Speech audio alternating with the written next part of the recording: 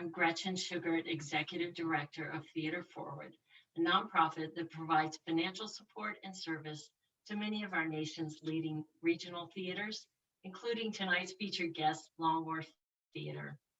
Theater Forward is based in New York City, land of the Lenape people, and I join you tonight from my home in Southport, Connecticut, land of the Pequot.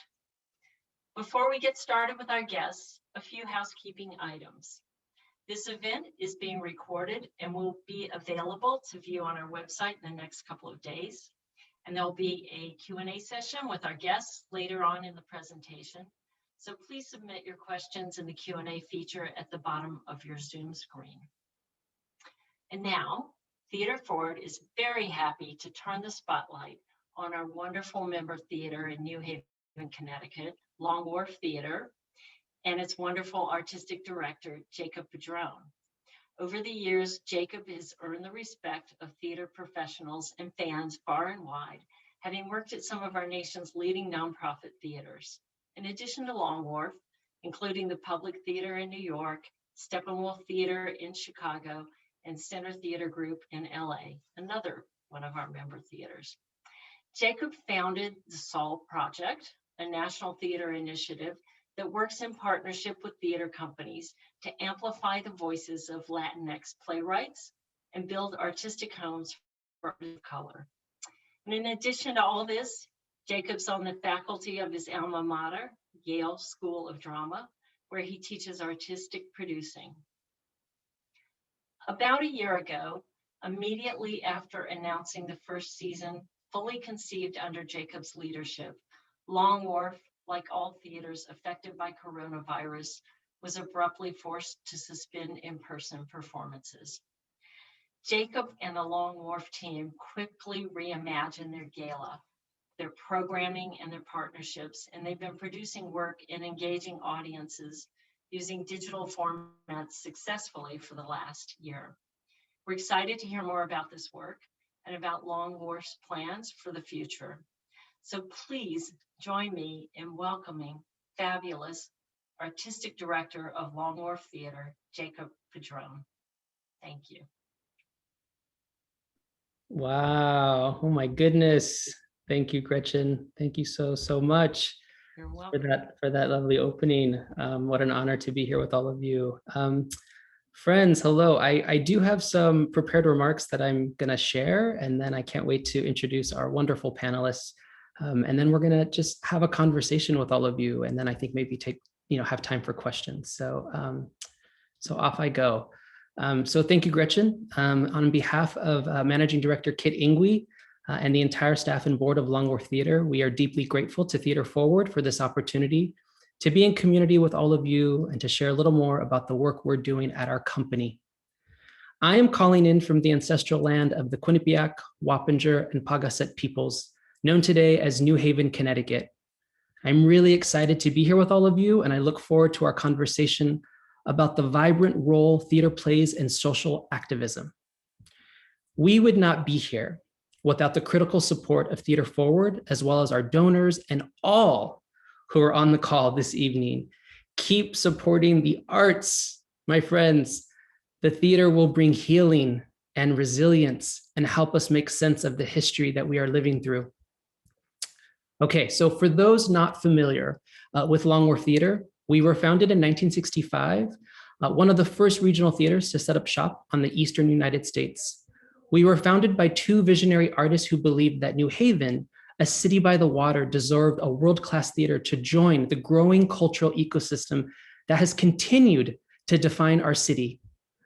Like many regional theaters, the mission has been to be in relationship with the community and to develop audiences whose gaze didn't always have to be on New York City to find boundary-breaking theater. That said, Long Wharf Theatre is just off the Metro North that pulls right into Grand Central Station. That means the city's been good to us. A Tony Award, 3 Pulitzer Prizes, and more than 30 of our shows have transferred to Broadway or off-Broadway, including The Gin Game and Margaret Edson's spellbinding Wit. When I arrived at Long Wharf Theatre in February of 2019 as its new artistic director, we put forward a vision of radical inclusion. We said this: Let us be a theater company built of, for, and by our communities. Let us find ways to make the stage bigger so that it can be a space to hold all of our stories.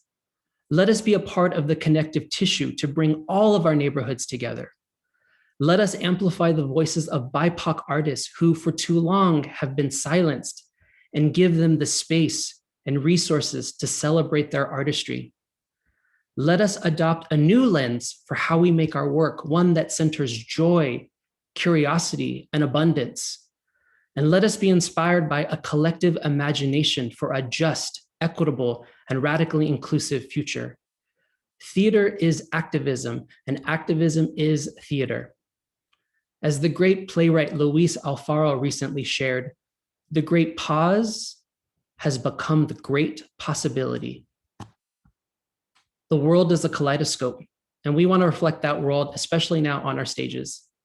At Long Wharf Theatre, we hope we are building something that will outlive all of us as we joyfully make space for the next generation of theater makers and theater lovers. Key to that mission is our participation in the National August Wilson Monologue Competition. In partnership with Yale Repertory Theater, we welcome young people from across the city every year to learn and share the words of August Wilson. So we'd like to share with you now a clip from one of our past participants, Jawan Lee. Take it away, Alex.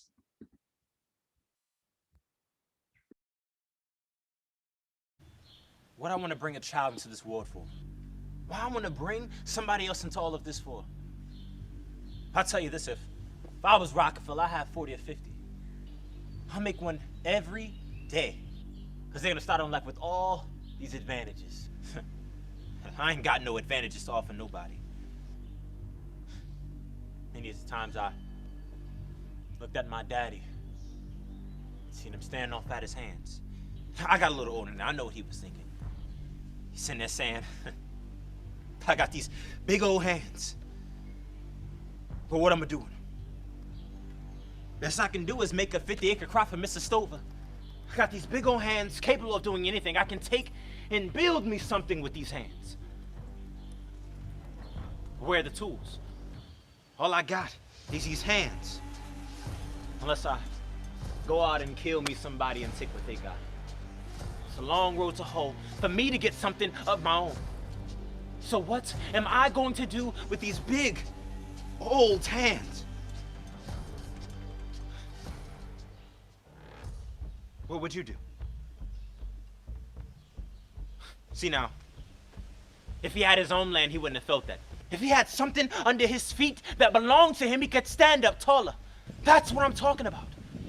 Hell, the land is there for everybody. All you gotta do is figure out how you're gonna get a piece of it. There ain't no mystery to life. You just gotta go out and meet it square on. If you got you a piece of land, you'll find everything else to fall right into place. You can stand right up next to the white man and talk about the price of cotton, the weather, and anything else you want to talk about. If you teach that girl that she's living at the bottom of life, she's gonna grow up to hate you.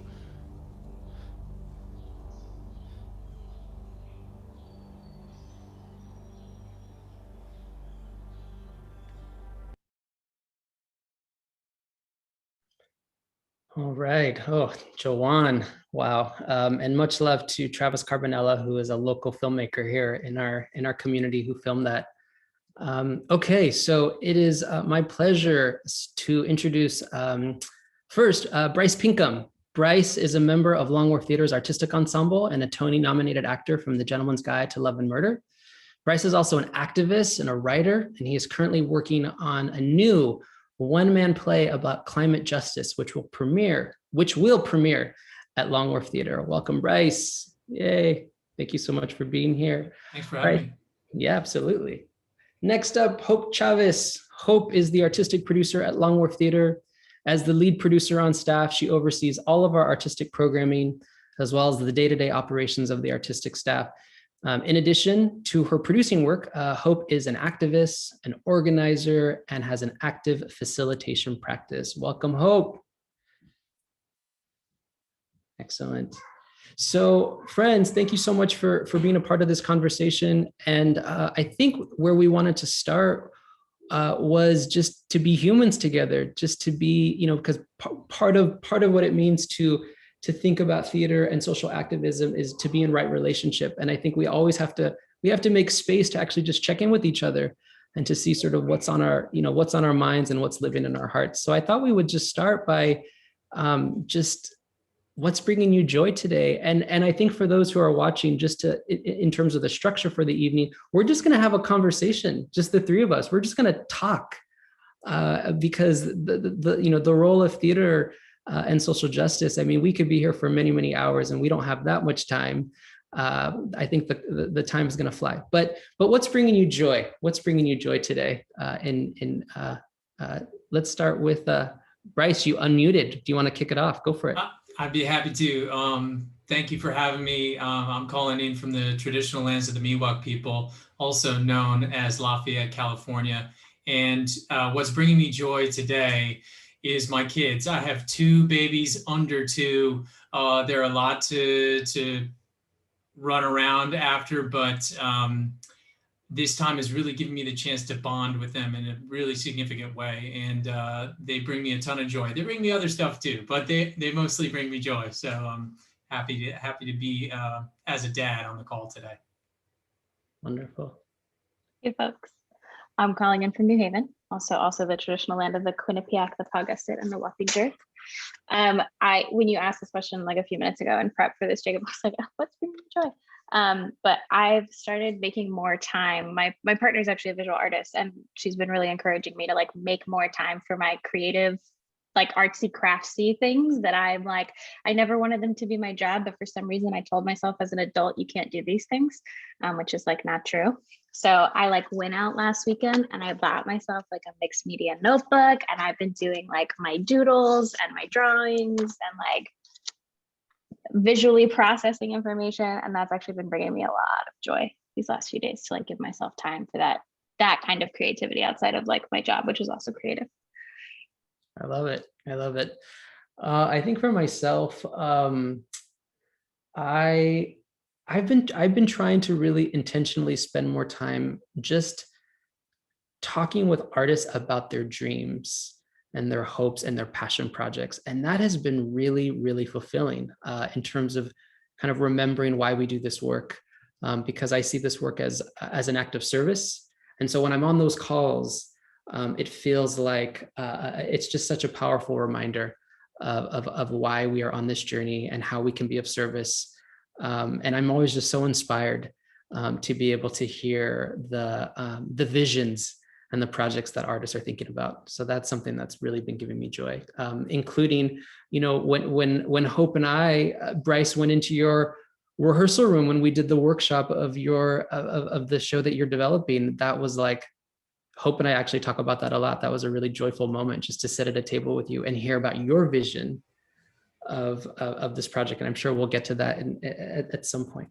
So in preparation for this conversation with the 72 people who are watching, who are tuning in, we said that we would start with reflecting on Luis Alfaro's quote, "The great pause has become the great possibility."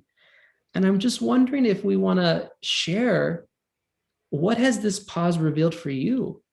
What discoveries have you made during this pause of a global pandemic and the demands for racial justice? What has this pause revealed for us?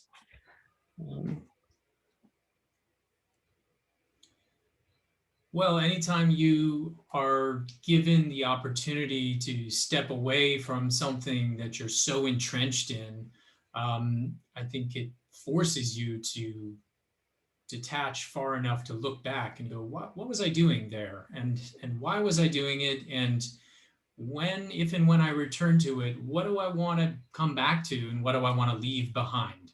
And so, of course, Luis has put it better than I ever could. It's really a possibility. This time has become a possibility that feels like it's given all of us not only the potential, but the imperative to ask ourselves, well, what do we want to come back to? What theater do we want to come back to? And I'm super grateful for the conversations that I've been able to participate in and been, forced to ask myself, what do I want to come back to, and what do I want to take responsibility for as I return? And there are a lot of specifics there, but as a performer, it's asked of me what type of work I want to do and what places I want to align myself with that are doing that type of work. And obviously, you guys know this, Long Wharf is a place that is doing the type of work that I've decided I want to return to if I'm going to keep doing this. Which I think a lot of us are sitting here, performers especially, going, well, can I keep doing this actually? And my answer is yes, I can. But if I'm going to, I have to do it a certain way in order to feel good. Mm. I mean, I think that, like, very similar to that, I think Jacob could either reject or affirm this, but like, I think I'm someone who typically is like pretty clear on what I think like I need, like in my conscience, like of what I think is like living our values.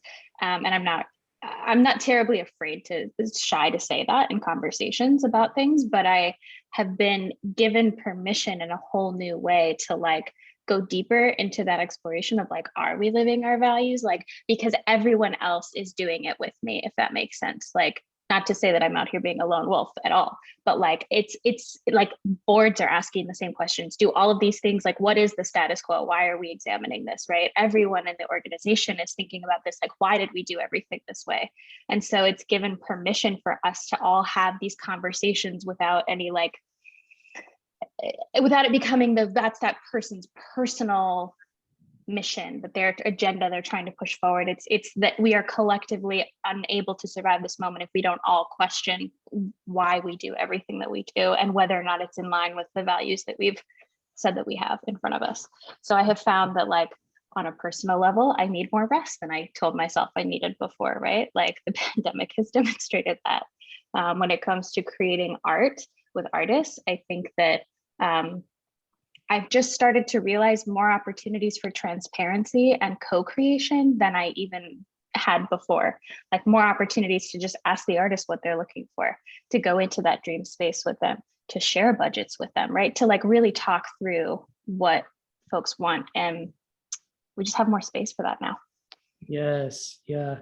I mean, I think Hope and Bryce, I think you're both speaking to like real fundamental transformation. And the thing that I feel like I've discovered during this pause is that while I am totally here for it, I am here for the transformation, I am here for the liberation, I am here for the centering of inclusion and anti-racism, and the recognition that this work takes time, that the work is complicated, that the work is imperfect, that we are really on a journey together, that there are going to be times where I mess up.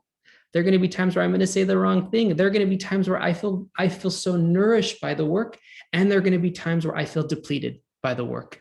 And I think it's getting comfortable with holding those tensions side by side and to not put a judgment value. The other thing that I've been thinking a lot about is that I think all of our theaters are grappling with lots of really complex challenges.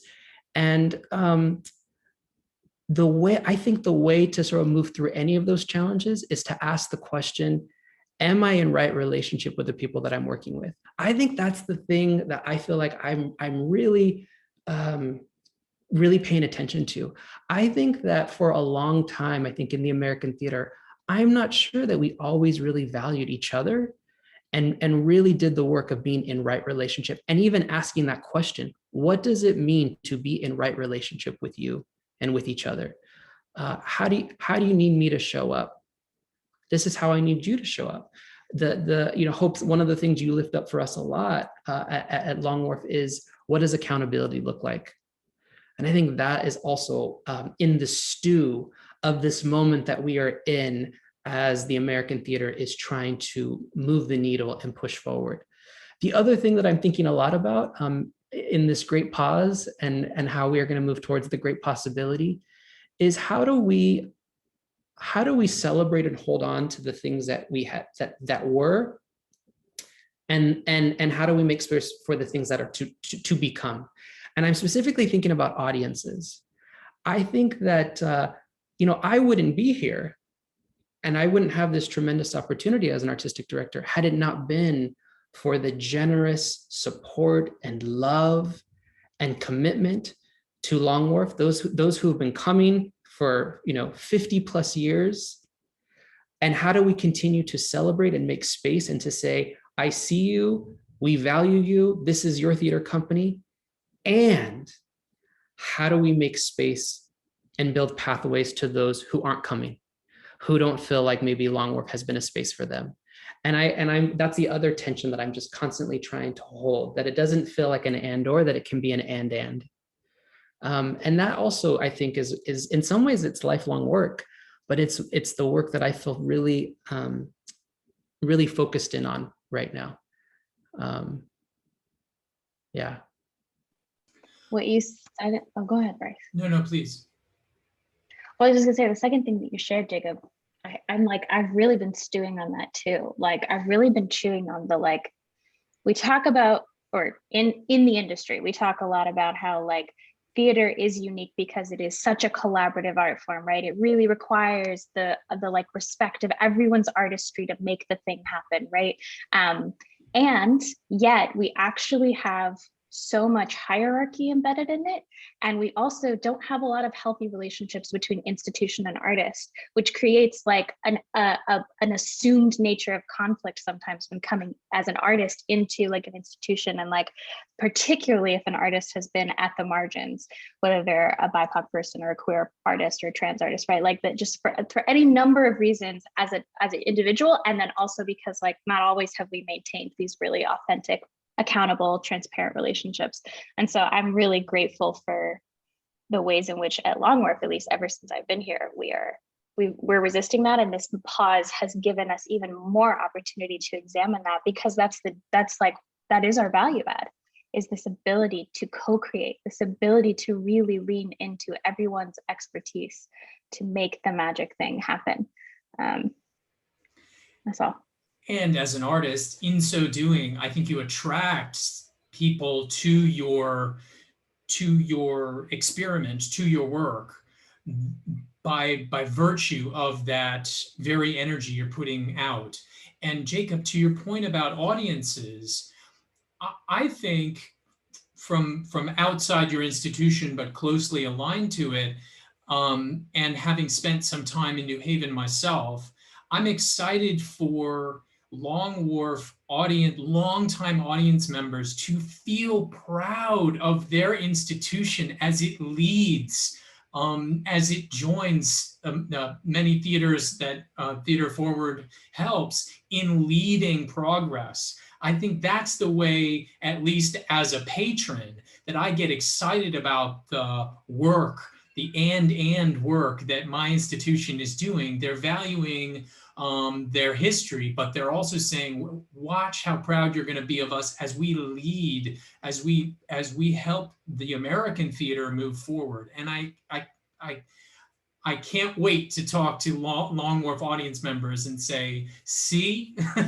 look how proud you are of this place now. And, not only Long Wharf, I think a lot of theaters are having this sort of reconciliation, rebirth moment. And, I'm proud just to be on the same team as you guys. And I think your audience will be too.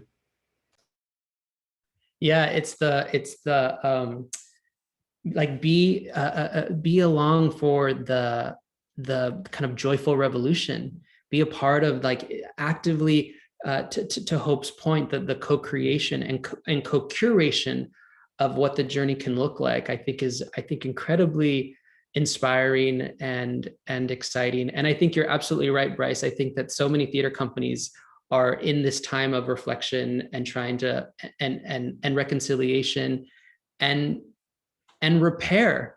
Like, I think that there's a lot of repair that has to happen. And as I say that, I'm thinking about the demands for racial justice. I'm thinking about the We See White American Theater. The statements and the commitments that are being made by institutions across the country, Long Wharf being one of those institutions, it's not enough to say, to write on a piece of paper, this is what we are going to do. It actually has to show up by our actions. But I want to go back to something, Hope, that you said, which was the accountability piece, that while you and I have been working at Long Wharf, it's a value that we continue to lift up. And I think that this is a moment where maybe this is going to sound a little Pollyanna, but I want to believe that most American theaters, that most regional theaters like Long Wharf Theater want to be accountable and want to have nourishing, equitable, and joyful relationships with their audiences and with their artists. Why do you, it's a question maybe for both of you, what makes it so difficult? What makes accountability so difficult? Is it about lack of resources? Is it about because we don't actually know how to write relationship? Is it about power?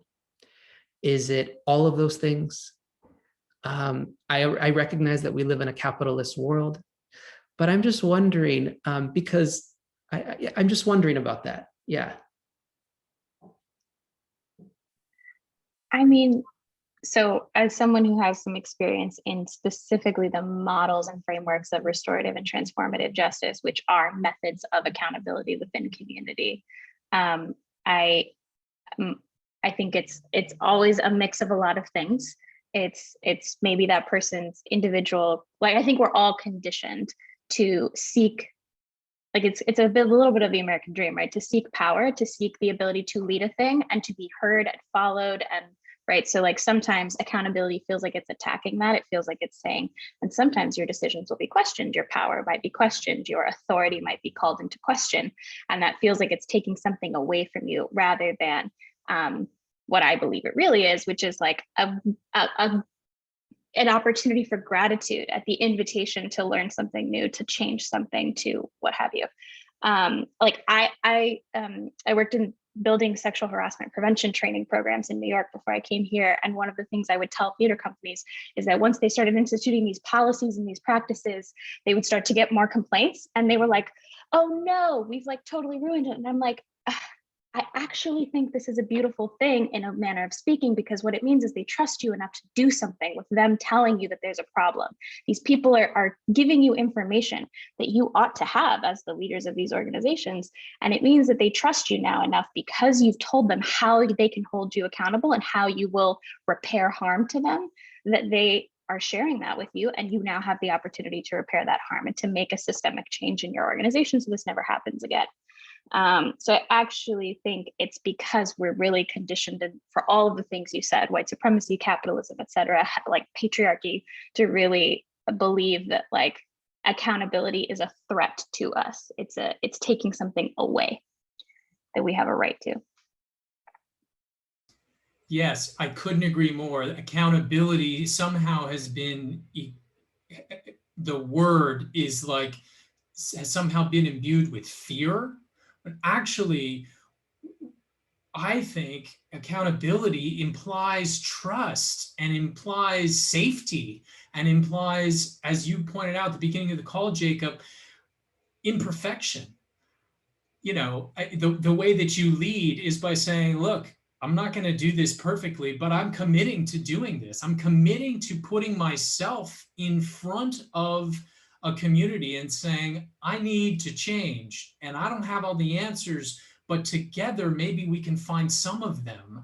And together, will you all agree to hold me accountable as I will agree to hold you accountable? It's incredible demonstration of trust and community and an opportunity for growth and change. It's not like signing yourself up to be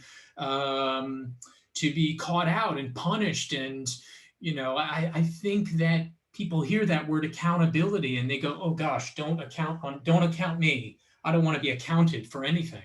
No, I want to be accounted. Please teach me, help me learn how I can better serve, how I can better change, how I can be a tool for good, and I think I think words, I'm an actor, so I think words are very powerful, and the words we choose and the words we are learning to use more often with our audiences and the way we engage them. I continue to learn from the words you guys use all the time. And so I agree with Hope. I think it's about power. As an artist, I think artists are realizing how much power they have to stand up and join certain, stand up against certain systems and say, I'm not going to participate in that anymore. If you want what I have, I can't give it to you if it's going to be on those terms. And that we see a white American theater movement in and of itself is such a great demonstration of the power and the unity of individuals behind a common goal. Y'all are inspiring. Dang. Oh my goodness. The only thing that I would add is, and it's something that we talk a lot about at Long Wharf, both at the staff level and at the board level. And I want to preface by saying that it's imperfect. But one of the things that, because I feel like there are times where I model it better than other times, but when we talk about transforming our culture, when we talk about accountability, when we talk about centering, being a radically inclusive theater company and centering anti-racism, when we talk about theater as social activism, that yes, it can be difficult work, but it can also be some of the most joyful work that we do as a community. This work is joyful. This work is fulfilling. This work can feed you. And I hope that as we continue to journey together, that we don't lose sight of that the work can also be incredibly joyful. Before I became the artistic director at Long Wharf, I was doing a lot of organizing work, specifically within the off-Broadway community, to really encourage those artistic directors to have the stages reflect kaleidoscope of New York City, which is an incredibly diverse city, and not seeing those stories on those stages, as well as on Broadway. And what I would say to those artistic directors is, this can be some of the most fulfilling work that you do when you bring those communities together, right? If theater is doing its job well, you walk into a theater as strangers, but you leave as a community. The other thing that I'm thinking about is, every time I've had to do, as I'm sure both of you have had to do, many like virtual speeches and conversations, but anytime I'm in a Zoom room having a conversation like this, I always have this book next to me, and Hope knows it's sort of my Bible, but it's a seminal book. And for those who are watching and listening, it's called Emergent Strategy by Adrienne Marie Brown. And I think she gives us a lot of tools for us to think about how theater and social activism really do live side by side. But one of the things that she says that I'm just thinking about as we have this conversation, the three of us, is she says, when you bring a group of people together, what is the conversation that only this group of people can have? That sometimes when you enter into a space, you don't need an agenda. She says to her team, you're the agenda. So I'm really feeling the spirit of that right now, of the three of us just being able, like, what is the conversation that we get to have on this particular Wednesday night, So, okay. I think that it's 6:36, so we probably should move over to some questions. And I am going to, okay. So from Betty Mons, hi, Betty. Betty has written here, I recently heard a reflection that culture drives policy and values drive culture. Did I say that right? I recently heard a reflection that culture drives policy and values drive culture. How important is art in changing policy? And how can our audiences feel that they are driving that change? What a good question. Well, my immediate response is that art touches our emotions, and emotions drive us to do things that are really difficult. This is pretty simplistic, but it's what's resonating with me today. And an audience is moved emotionally by art, and maybe they find the emotional well in order to do the work to drive a policy change. So, and they're constantly returning to that well. Maybe they're returning to the material in their headphones if it's musical, or they're returning to that piece of art, they put it on their desk, or Jacob's got that book right on his desk. You know, we're constantly returning to an emotional tether to help drive our actions that sometimes in the policy world can be incredibly bureaucratic and slow moving and feel entirely unartistic.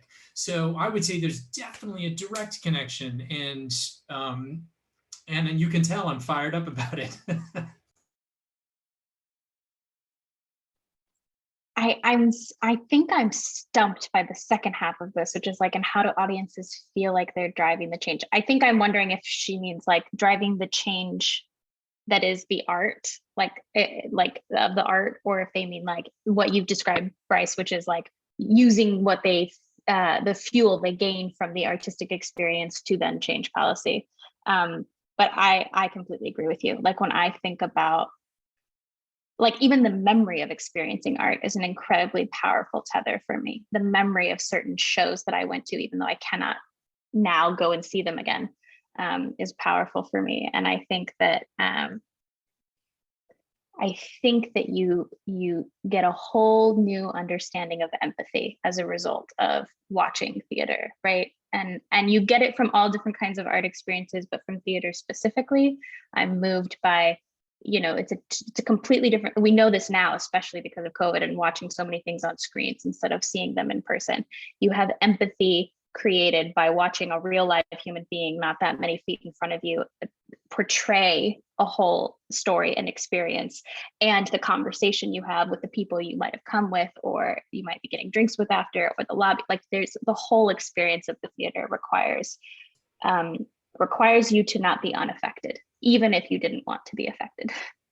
Yes, the actual experience, Hope, you're making me think, is accountability. You're accountable to the people you are perhaps 6 feet from, you know, when we eventually first come back. But the very people you're with, the fact that there's someone live sending you real vibrations, that's holding you accountable to that story in a good way, accountable to those people around you. We were all here. We bore witness to this. Now it's in us. We cannot move forward denying that this happened, this story took place. I love it. Thank you both. Okay, next question. Have you seen or have you heard about new work that is based on the COVID experience? Hope, it sounds like you have. Yes, quite a lot of it. And it's actually, it could be kind of hard sometimes to watch it. Like a very mainstream example of this is the TV show Superstore. Like this whole season has all been COVID. So you're watching, it takes place in a superstore, like a Walmart, right? So it's like watching people play out COVID frontline worker realities in a sitcom. And I find that actually really hard to watch because it feels so real. But some of it is really beautiful. Like we're working with an artist right now who is creating basically a sort of a capsule of a project, right? She's tracking her time through it, all of this, and how her emotions have tracked, how it's affected her art making practice, what she's learned. She's also a songwriter, so what kind of songs and music comes out of this moment for her. So I think some of it is, it's all incredibly cathartic. And I've seen it range all mediums and forms. So people are still creating quite a lot right now. Yes, absolutely. And there's a project that we're developing at Long Wharf Theatre with some artists that's going to specifically look at the COVID crisis, and we're going to turn to some actors and directors and writers to help us make sense of this history, and to be able to unpack grief, but to also be able to kind of take a collective exhale when we come out of this. I think that theater is really going to play a real special role in helping us understand really the trauma that we've been through. But I think, as I said earlier, the theater can help us find that resilience and find that joy piece again. Okay, Richard says, hasn't theater been more open to diversity than many other industries? Hasn't theater been more open to diversity than many other industries? I mean, Jacob, I think you can answer this really well from the data collection that you did in your organizing work. Like possibly, I understand that like anecdotal feeling because it can appear to be very diverse on stage. But in fact, the data tells us that like, at least in New York City specifically, in that community, that like over the last 10 seasons, not just majority white, cis, male, and straight. Like it's not just that, it's majority, it's like a dominant majority. Like most theaters, it would be over 70% in terms of like their content, their staff, who's on staff, who's decision makers, who holds power.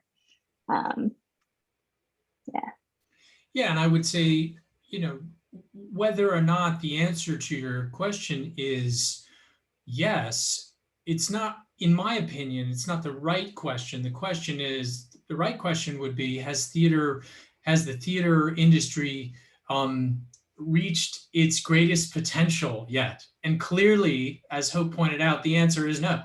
So yes, there are other industries that we could turn to that also have lots of work to do, but they're not our industry. We're in this industry and we have the great work we're in it right now. So yes, there's no question that the American theater is not reached its potential to be as inclusive, as radically inclusive, as Jacob points out, as possible. And you know, it is on all of us, but particularly those of us white artists who have enjoyed the privilege of the American theater up to now, to join the fight and learn whatever we need to learn, pick up whatever tool we need to wield to help bring about those change on a macro level and a micro level. So I would say resoundingly,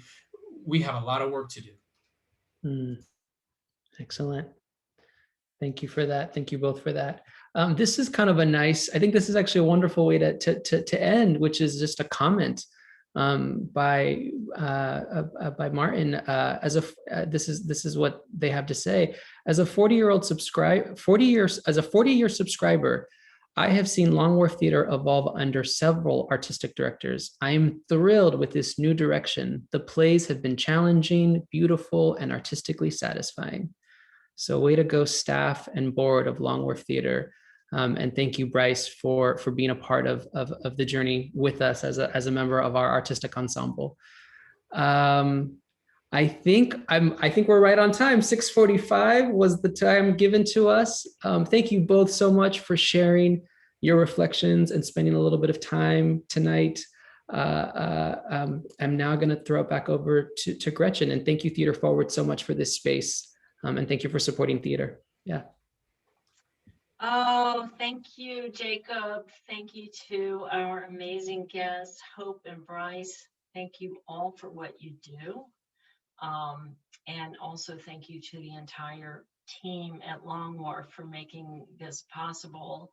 And, you know, slogging in the trenches in a very difficult time.